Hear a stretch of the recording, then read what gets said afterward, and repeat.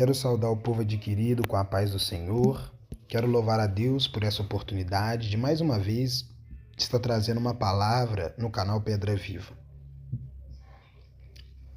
Quero ler um texto da palavra de Deus. Se encontra em João, capítulo 2, o versículo de número 3. Tendo acabado o vinho, a mãe de Jesus lhe disse: eles não têm mais vinho. O texto vai nos dizer que Jesus vai a um casamento em Caná da Galileia e a mãe de Jesus estava ali. E Jesus e seus discípulos são convidados a participar do casamento. E nós podemos observar nesse texto que esse texto vai nos contar sobre o dia em que Jesus abriu as portas dos milagres. Jesus agora, ele está ali num casamento. E diz o texto, no versículo que lemos, que tendo acabado o vinho, a mãe de Jesus lhe disse: eles não têm mais vinho. A mãe de Jesus poderia ter procurado o mestre-sala. A mãe de Jesus poderia ter procurado os serviçais. A mãe de Jesus poderia ter procurado os noivos, mas a mãe de Jesus procurou Jesus. Por que será que Maria, ao invés de procurar o mestre-sala, procurou Jesus? Por que será que Maria, ao invés de procurar os serviçais, procurou Jesus? Por que será que Maria, ao invés de procurar os noivos, procurou Jesus? É porque Maria sabia que o único com capacidade de produzir do nada e ele fazer tudo era Jesus. Não tinha aqui condições de comprar, senão eles teriam comprado. Não tinha condições aqui de arrumar, senão eles teriam arrumado. A única forma do vinho voltar para a festa era Jesus produzindo o vinho. O interessante é que o mestre-sala prova, mas não produz. E Jesus é ao contrário. Ele produz mesmo sem provar. Então nós temos uma pessoa que gera milagre, Jesus, e tem uma pessoa que participa do milagre, que é os noivos, o mestre-sala, os serviçais e os convidados. Jesus não foi levantado para provar. Jesus não veio para provar. Jesus não veio para participar do milagre, mas Jesus ele veio para gerar milagres. E Jesus agora ele vira para sua mãe, Maria, e ele pergunta: o que tenho eu contigo? Ainda não é chegada a minha hora. Observe que Jesus não fala que não vai fazer. Jesus não fala que não está se importando com a situação. Jesus não diz que não irá operar o milagre. Jesus só diz que ainda não é a hora. Muitas das vezes nós queremos o milagre no nosso tempo, no nosso momento, na nossa hora, no instante que estamos precisando. Mas Jesus não. Jesus disse: ainda não é chegada a minha hora, mas a minha hora vai chegar e eu vou operar o milagre. E a mãe de Jesus, ela mostra muita fé.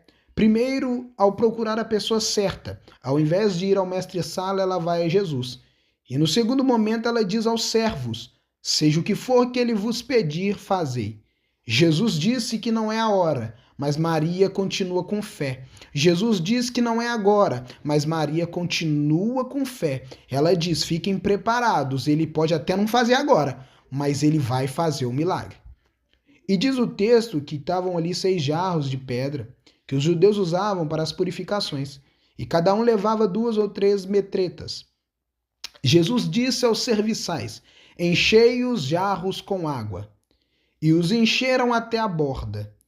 Jesus ele ordena agora que eles tirassem um pouco e levassem ao mestre-sala, e eles assim o fizeram. Quando o mestre-sala provou a água transformada em vinho, é interessante essa palavra que diz: quando o mestre-sala provou a água transformada em vinho, observe que Jesus manda eles encher de água, manda eles tirar um pouco, manda eles levar ao mestre-sala, e o mestre-sala prova a água transformada em vinho. Aí a pergunta que veio na minha mente é: quando Jesus transformou a água em vinho?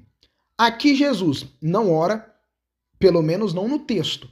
Jesus não estende a mão, pelo menos não no texto.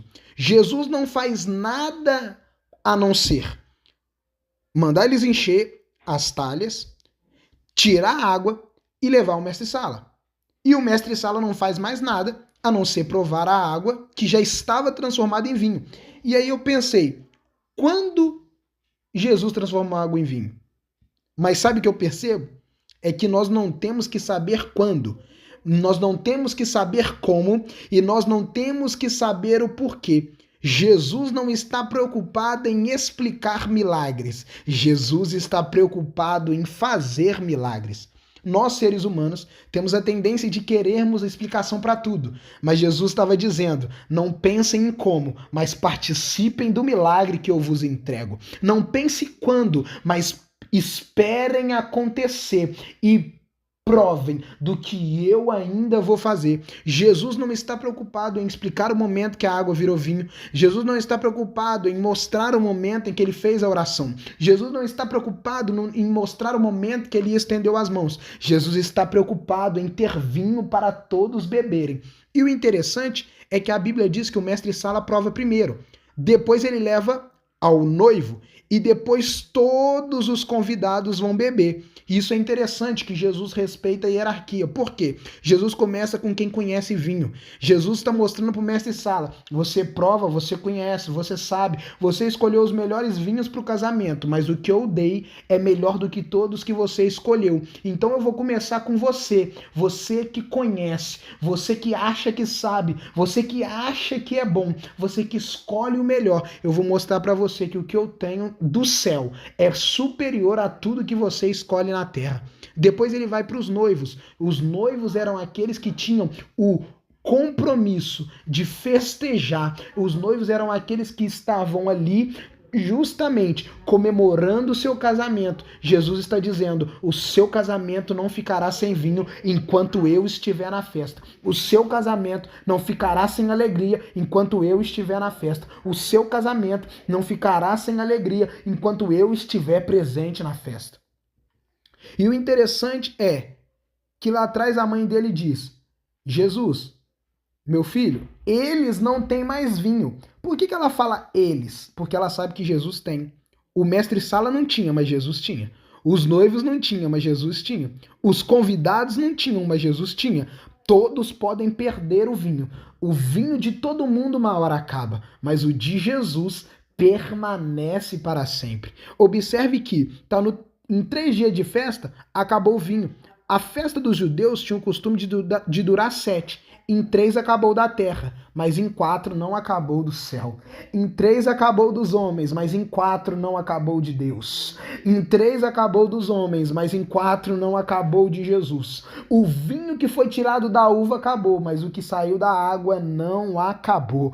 Jesus estava dizendo, eu ainda sou o dono do milagre. E Jesus inicia, sim, o seu compromisso na terra. Por que Jesus começa numa festa? Porque Jesus chega para marcar. Por que Jesus começa num casamento? Porque Jesus chega para mostrar que ele é Deus. Por que Jesus não chega num ambiente menor? É porque Jesus não sente pressão em lugar algum, seja no casamento, ou seja num deserto, seja num momento de glória, ou seja num momento de luta. Jesus, ele sempre faz a diferença. Em meio ao casamento, onde o noivo e a noiva eram as principais pessoas, Jesus toma a frente, Jesus toma o centro e ele opera o milagre na vida de todos aqueles que estavam no casamento. E diz o texto, com esse, deu Jesus princípio a seus sinais, em Caná da Galileia, manifestou a sua glória e os seus discípulos creram nele.